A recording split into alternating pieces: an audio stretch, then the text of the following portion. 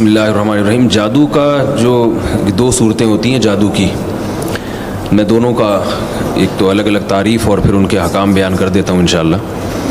جادو ایک تو ہر اس کام کو جس کے اسباب مخفی ہوں، ہر اس اثر کو جس کے اسباب مخفی ہوں، اس کو بھی جادو کہا جاتا ہے. مثال کے طور پر کوئی بھی ایسا کام ہوا جس کی لاجک آپ کی سمجھ میں نہیں آ رہی، حالانکہ لاجک اس کی ہوتی ہے لیکن لاجک سمجھ میں نہیں آ رہی، وہ بہت باریک لاجک ہوتی ہے اس کی، تو اس کو بھی جادو کہا جاتا ہے، جس کو انگلش میں میجک کہتے ہیں. آپ نے میجک شو آج کل یوٹیوب پہ آ رہے ہیں کہ وہ بندے کے جو ہے نا وہ ٹانگیں کاٹ کے الگ کر دیتے ہیں، وہ اور دھڑ الگ اور ٹانگیں الگ ہو گئیں، لوگ اس کو جادو کہتے ہیں. حالانکہ وہ ہوتا ہی ہے کہ وہ نظر کا دھوکہ ہوتا ہے، کچھ ایسی چیزیں لگائی بھی ہوتی ہیں اور وہ خود بتاتے بھی ہیں کہ یہ حقیقت میں ٹانگیں وانگیں نہیں کٹی ہیں، کچھ بھی نہیں ہوا ہے، اور یہ باقاعدہ سیکھی جاتی ہے. یہ چیز، یہ شعبتیں ہیں، نظر کا دھوکہ ہے. آپ یہاں بھی دیکھ رہے ہوتے ہیں لوگ 20-20 روپے میں شو دکھا رہے ہوتے ہیں، وہ جناب وہ رومال سے کبوتر نکال لیا، تو یہ حقیقت میں رومال میں کوئی کبوتر نہیں ہوتا، یہ سب ٹرک ہوتی ہے. کیسٹی یہ سیکھی جا سکتی ہے بہت آرام سے. جادو کی ایک قسم تو یہ ہے. اس قسم کا حکم یہ ہے کہ اس میں اگر دھوکہ نہ ہو تو یہ جائز ہے، ایک انٹرٹینمنٹ کا ایک ذریعہ ہے. دھوکے کا مطلب کیا ہے کہ ہے یہ ایک نظر کا ایک دھوکہ ہے، لیکن اس کو آپ روحانیت کے نام سے تعبیر کر کے لوگوں کو الو بنا رہے ہو کہ میں بہت بڑا بزرگ ہوں، میں دیکھو رومال سے کبوتر نکال کے دکھا دیتا ہوں. اب گورے بھی یہ کام کرتے ہیں لیکن وہ اپنے آپ کو بزرگ نہیں کہتے، یعنی وہ اپنے آپ کو بزرگ نہیں کہتے، وہ کہتے ہیں ٹرک ہے، پیسے دو ہم سے سیکھ لو آ کے. تو ہمارے ہاں جب یہی کام کوئی داڑھی پگڑی والا کرتا ہے تو وہ کیا کرنا ہے، وہ شعبتیں بازیاں شروع کر دیتا ہے، ایسی ٹرک شروع کر دیتا ہے، اور اس کو یہ شو کرتا ہے کہ میں پہنچا ہوا بزرگ ہوں اور فرشتے نازل ہوتے ہیں اور میں جنات سے یہ کام لے رہا ہوں اور فرشتوں سے یہ کام لے رہا ہوں. تو یہ اگر دھوکہ دے رہا ہے تو یہ بالکل حرام ہے، گناہ کبیرہ ہے. تو یہ تو میں نے جادو کا ایک قسم بیان کی جس کو شعبتیں بازی ہم کہہ سکتے ہیں. دوسری قسم ہے جس میں جنات سے کام لیا جاتا ہے.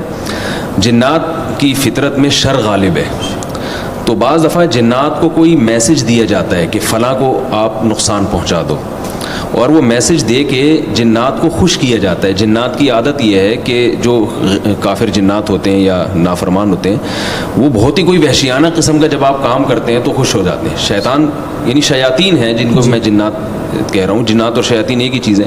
وہ شرارتی جنات کو شیاطین سے تعبیر کیا جاتا ہے، تو شیاطین اس پہ خوش ہو جاتے ہیں.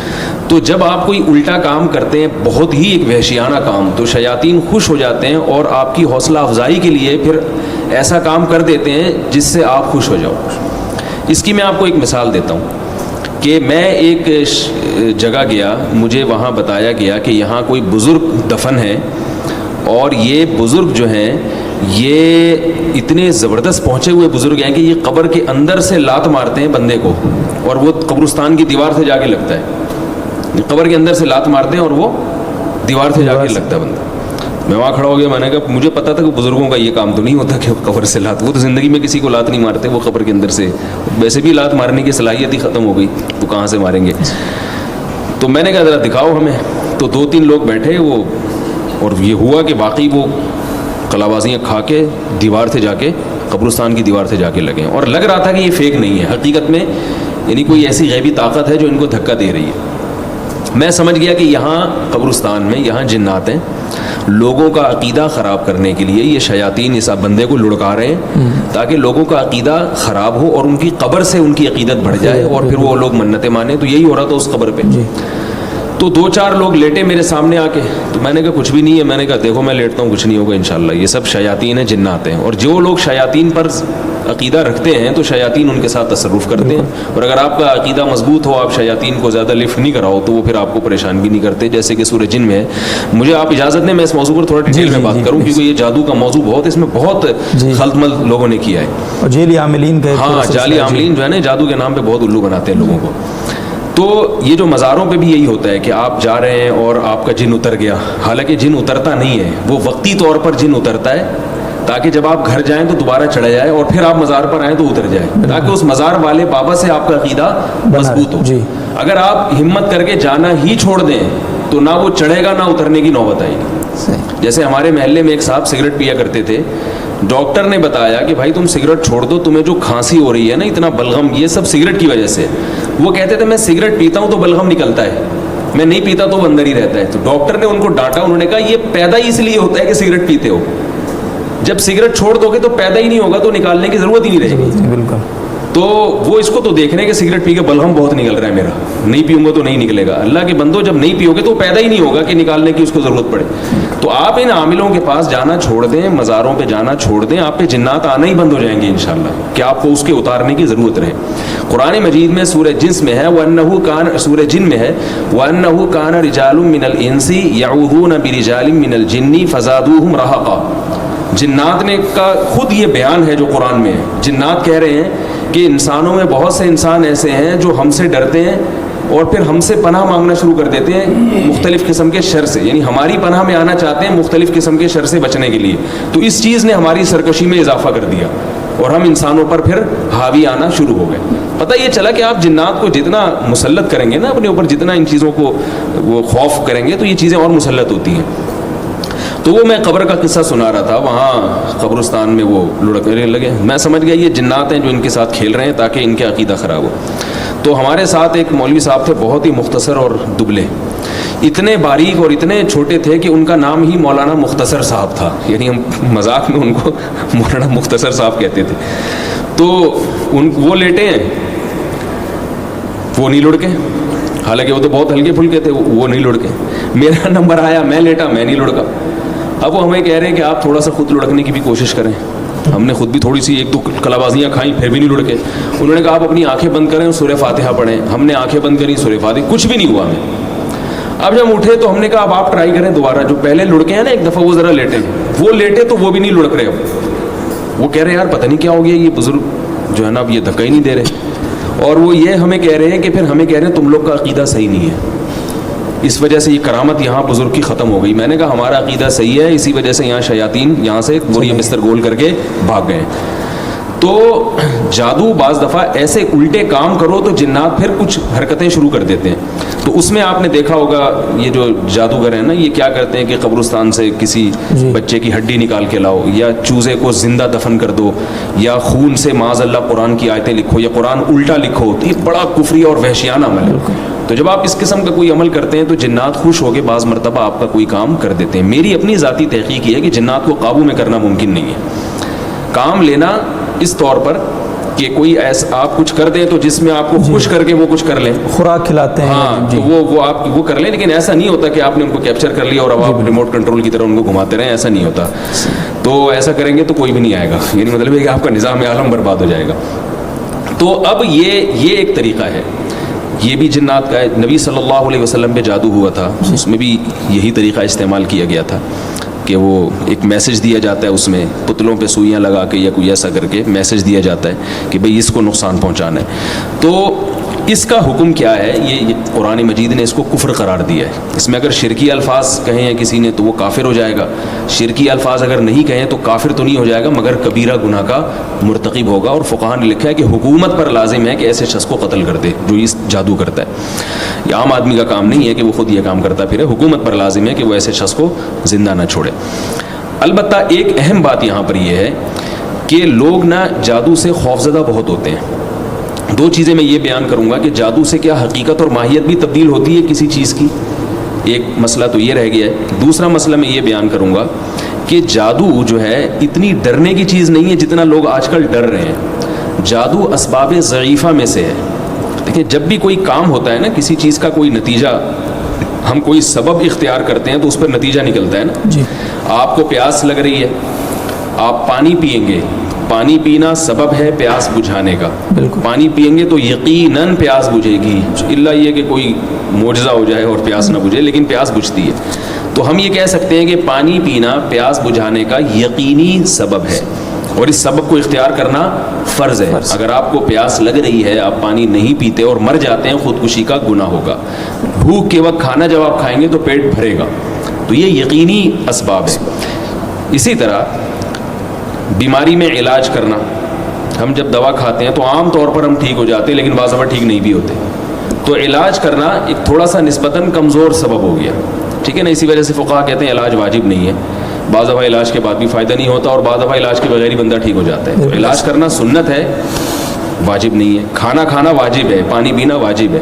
علاج اسباب ضعیفہ میں سے ہے مگر پھر بھی اس کا اثر زیادہ ہوتا ہے. تیسری چیز وہ ہے کہ جب ہم وہ سبب اختیار کرتے ہیں تو اکثر نتیجہ نہیں نکلتا. کبھی کبھار اتفاق سے نکل بھی جاتا ہے. اس کی مثال ایسے جیسے کسی کو بخار ہے, آپ اس کو کوئی بخار کا تعویذ باندھ دو, بہت کم امکان ہے کہ تعویذ سے بخار اتر جائے. اگر تعویذ سے عام طور پر بخار اترتا تو ڈاکٹر لوگ پیناڈول کے بجائے وہ تعویذ کی پرچیاں لے کے بیٹھے ہوتے. بخار کے مریض کو آپ 2 گولی پیناڈول کھلا دیں, بخار 90% چانسز ہیں کہ بخار اتر جائے گا, کیسے ہی تیز بخار ہو. لیکن آپ اس کو تعویذ لٹکا دیں اس کے گلے میں تو 5% چانس ہے کہ اس کا بخار اترے. 95% یہی ہوتا ہے کہ نہیں اترے, اور 5% جو چانس ہوتا بھی ہے اگر اتر بھی جائے تو یہ پتہ بھی نہیں ہوتا کہ یہ خود سے ہی اترا ہے یا اس کے تعویذ کی وجہ سے اترا ہے. تو اسی طرح جیسے یہ تعویذ ہے اسباب ضعیفہ میں سے, ایسے ہی جادو کے ذریعے جب ہم کسی کو نقصان پہنچاتے ہیں, تو جب ہم کسی کو نقصان پہنچاتے ہیں, نقصان پہنچانے کا ایک طریقہ یہ ہے کہ آپ بندوق سے گولی مار دیں اس کو, یہ بالکل یعنی یقینی اثر, فوراً اثر ہوگا. ایک طریقہ ہے چاقو مار دیں, ایک طریقہ یہ ہے کہ اس کو دھکا دے دیں, ایک طریقہ یہ ہے کہ زہر پلا دیں, ایک طریقہ یہ ہے کہ آپ جادو کریں اس کے اوپر. تو جیسے زہر کے ذریعے نقصان یقینی ہے, فوری ہے, لیکن جادو کے ذریعے جو نقصان ہے وہ نہ تو یقینی ہے اور نہ ایسا نقصان ہے کہ یعنی جتنا آپ نقصان پہنچانا چاہتے ہیں اتنا نقصان ہو اس کو. اگر کوئی جادوگر 100 آدمیوں پہ جادو کرے گا تو عین ممکن ہے کہ 100 کے 100 میں سے کسی پہ بھی اثر نہ ہو, اس کا امکان بھرپور موجود ہوتا ہے. اور یہ بھی ہے کہ اگر ان 100 میں سے کسی ایک پہ اثر ہوتا بھی ہے تو جتنا اثر اس نے ڈالنے کی کوشش کی ہو سکتا ہے اس کا صرف 1% ہو یا 5% ہو, اور اس کا بھی امکان ہوتا ہے کہ 100% ہو جائے. تو اس سے کیا پتہ چلا کہ جادو کن اسباب میں سے ہے, اسباب ضعیفہ میں سے. اگر یہ بات میری آپ تسلیم نہیں کرتے تو پھر جادوگر جو ہے نا, یہ ان کے تو ہاتھ میں بہت بڑی طاقتیں آ جائیں گی. یہ تو بیٹھ کے کسی کو بھی نقصان پہنچانا ہے بڑے آرام سے. آپ دیکھتے ہیں کہ جادوگر تو بالکل ننگ دھڑنگ ہوتے ہیں, ان کے پاس تو کچھ بھی نہیں ہوتا. کسی کے پاس اتنی بڑی صلاحیت آ جائے کہ وہ جب چاہے جس کو چاہے نقصان پہنچا دے, وہ تو دنیا کا بادشاہ بن جائے. لیکن یہ ان کی حالت دیکھیں, یہ تو اب لوگوں نے ان کو پیسے دینا شروع کیے ہیں تو انہوں نے گھر ور بنا لیے, ورنہ ہمارے بچپن میں یہ جتنے جادوگر تھے یہ فٹ پاتھوں پہ بیٹھتے تھے اور رات کو فٹ پاتھ پہ ہی سوتے تھے بیچارے. تو اسباب ضعیفہ میں سے ہے. رسول اللہ صلی اللہ علیہ وسلم پر جو جادو کا اثر ہوا ہے اس کی علماء نے حکمت بیان کی ہے کہ اس لیے اثر ہوا نبی پر جادو کا کہ لوگ آپ کو جادوگر کا طعنہ دیا کرتے تھے, تو اللہ نے جادو ہونے دیا تاکہ اس طعنے سے آپ صلی اللہ علیہ وسلم کی نسبت یعنی بری ہو جائیں آپ کی, جادوگر نہیں. ورنہ میں کہتا ہوں ابو بکر رضی اللہ عنہ پہ جادو نہیں کیا ہوگا یہودیوں نے, کوشش نہیں کی ہوگی, اور اسلام کے اتنے بڑے بڑے لوگ ہیں, ظاہر ہے کچھ بھی نہیں ہوا. تو اتنا آسان نہیں ہے کہ جو چاہے. آج مسئلہ یہ ہے کہ جس عالم پر, جس مفتی پر, جس بزرگ پر, بڑے سے بڑے لوگ ہیں, کوئی بیماری ہوتی ہے فلاں نے کچھ کیا ہوا ہے, وہ بھائی نہیں ہو سکتا اتنے آرام سے, یہ دنیا کا نظام برباد ہو جائے گا. میں نے ایک دفعہ ایک صاحب سے کہا, میں نے کہا چلو یار تبلیغی جماعت میں چلتے ہیں ایک علاقے میں. انہوں نے کہا نہیں, وہ میں نے سنا ہے کہ وہاں جنات ہیں, وہ جن اٹھا کے مجھے پہاڑ پہ نہ رکھ دے کہیں. میں نے کہا یار اب تک تو کوئی ایسی رپورٹ نہیں ہے کہ تبلیغی جماعت گئی اور کسی نے جن کو اٹھا کے. تو لوگ وہمی بن رہے ہیں عاملوں کی باتیں سن سن کے, اس لیے جادو سے اتنا پریشان ہونے کی ضرورت نہیں ہے. ابھی ایک طالب علم ہے, اس نے مجھے چیلنج کیا کہ ہمارے ابا یہ کرتے ہیں اور یوں کرتے ہیں, فلانا کرتے ہیں, ڈمکانا کرتے ہیں. میں نے کہا کچھ بھی نہیں کرتے آپ کے ابا, ان سے کہو جو کرنا ہے میرے اوپر کر لیں, انشاءاللہ کچھ بھی نہیں ہوگا. کمال کی بات ہے ان کے ابا درزی بھی ہیں. تو وہ مجھے طالب علم نے کہا اپنے کپڑے دے دیں میں سیوں گا. میں نے کہا یہ کپڑے لے لو اور بہت اچھا موقع مل رہا ہے, اس قمیض پہ جتنے فلیتے پلیتے پڑھنے ہیں پڑھ کے دینا مجھے, اور میں پہن کے آؤں گا انشاءاللہ. میں یہ میڈیا پہ بات شو مارنے کے لیے نہیں کہہ رہا, لوگوں کا خوف نکالنے کے لیے کہہ رہا ہوں. میں نے ان کو قمیض دی, ابھی جا کے آپ پوچھ لیں. میں نے کہا یہ کرتا ہے سی کے دو, اور اس پہ جتنے فلیتے پلیتے آپ نے پڑھنے ہیں نا, جادو ٹونے کے بھوت جن چڑیل سارے اس پہ پڑھ لو, انشاءاللہ کچھ بھی نہیں ہوگا. اور میں نے کہا یہ شلوار بھی ہے, اس کا نیفا بھی ہے, اس میں تعویذ رکھ کے لے آؤ. تو اللہ کے بندو اتنا ان چیزوں کو مسلط اپنے, میں مانتا ہوں جادو کا اثر ہوتا ہے مگر اتنا نہیں جتنا آپ لوگوں نے بنا لیا, اور اتنا آسان بھی نہیں. اور ایک اہم بات یہ بھی, آخری بات, کہ مشہور شخصیتوں پہ بھی جادو کا اثر نہیں ہوتا, کیونکہ مشہور شخصیتوں میں عام طور پہ کانفیڈنس ہوتا ہے. اب دیکھو حضرت موسیٰ علیہ السلام کے خلاف ہزاروں جادوگر تھے, لاٹھیاں پھینکی وہ سانپ نظر آئیں. فرعون نے جادوگروں کو دھمکی دی کہ میں تمہارے ہاتھ پاؤں کاٹ کے لٹکا دوں گا, تو وہ ہزاروں جادوگر مل کے ایک رسی پھینکتے وہ فرعون کو کھا جاتی. فرعون پہ کوئی دھمکی نہیں دے رہے وہ. اس کا مطلب یہ کہ ان کی صلاحیتیں بہت محدود ہوتی ہیں اور بہت ان کو گراؤنڈ بنانا پڑتا ہے اس کے لیے. اس لیے اللہ پہ توکل کرنا چاہیے, اللہ پہ اعتماد کرنا چاہیے. باقی مسئلہ کہ جادو سے حقیقت تبدیل ہوتی ہے پھر کسی اور وقت انشاءاللہ, ورنہ سارا وقت جو ہے میں ہی کھا جاؤں گا. ایسا نہ ہو آپ ہی مجھ پہ کوئی عملیات وغیرہ کروانا شروع کر دیں کہ بھائی جادو کا جادو ہو گیا. جی بہت شکریہ احمد صاحب, اور یہ بہت ہی اہم بات آپ نے بیان فرمائی ہے کہ جس طرح سے یہ جو آپ نے بات فرمائی تھی درمیان میں کہ یہ پھر رکتا نہیں ہے سلسلہ. آپ ایک عامل کے پاس گئے ہیں تو اس سے پھر سلسلہ بڑھتا چلا جاتا ہے. ایک چھوٹی سی بات آپ کو بتاؤں, میں نے کئی لوگوں کے جادو کا علاج کیا الحمدللہ. کئی لوگوں پہ جنات آتے تھے, میں نے علاج کیا. اب آپ پوچھیں کیسے علاج کیا؟ کیسے علاج؟ ان کا علاج چھڑوا دیا میں نے. یعنی جہاں علاج کر رہے تھے میں نے کہا یہاں جانا چھوڑ دو آپ, اور جو ہو رہا ہے ہونے دو, صرف سورہ فلق سورہ ناس پڑھو. کئی کیسز ہیں میرے پاس کہ وہ ٹھیک ہو گئے. اور جنہوں نے نہیں چھوڑا, اور میں نے ان کو پیشگوئی کی کہ ابھی آپ کے ایک خاتون کا فون آیا کہ میرے جو ہے نا وہ شوہر پہ پتہ نہیں کیا ہو رہا تھا, وہ رات کو یوں ہو رہا تھا, وہ ہو رہا تھا, وہ کہیں اورنگی ٹاؤن میں چلے گئے کسی بزرگ کے پاس علاج کروانے, تو وہ تو ٹھیک ہو گئے. میری ساس اب رات کو پتہ نہیں ایسے ان کو اچھلتی ہیں تھوڑا, ایک ایک بالش, کچھ ہو رہا ہے ان کو. میں نے کہا آپ ان سے تعلق ختم کر دیں, ورنہ تھوڑے دنوں میں سانس ٹھیک ہوں گی. آپ ابھی وہ سانس 1 فٹ اچھل رہی ہیں, آپ 2 فٹ اچھلیں گی. حقیقت ہوتا ہے. میں نے کہا پھر اس کے بعد آپ کی بہنوئی اچھلیں گے, پھر دیور اچھلیں گے. کیونکہ جو ان عاملوں کے پاس چاہے کوئی بھی ہو, ایک دفعہ گیا ہے نا, اس کی نسلیں اور اس کے پورا خاندان اس میں ملوث ہوا ہے. ایک بندہ ٹھیک ہوتا ہے دوسرا خراب ہو جاتا ہے. کاروبار ہے بھائی چھوڑ دو اس کو. جی بالکل, یہ ان کا لوگ کاروبار کہتے ہیں ہے. وہ فلاں پیسے نہیں لیتے, کوئی بات نہیں, پیسے نہیں لیتا, چھوڑ دو آپ اس. اللہ پہ توکل کرو, آیت الکرسی پڑھو, سورہ فلق سورہ ناس پڑھ کے رات کو دم کرو, ٹھیک ہو جاؤ, ٹھیک صحیح ہے. نہیں ٹھیک ہوتے صبر کرو اس میں. صبر کرو, بالکل. اللہ تعالیٰ عمل کی توفیق. آمین آمین. جزاک اللہ.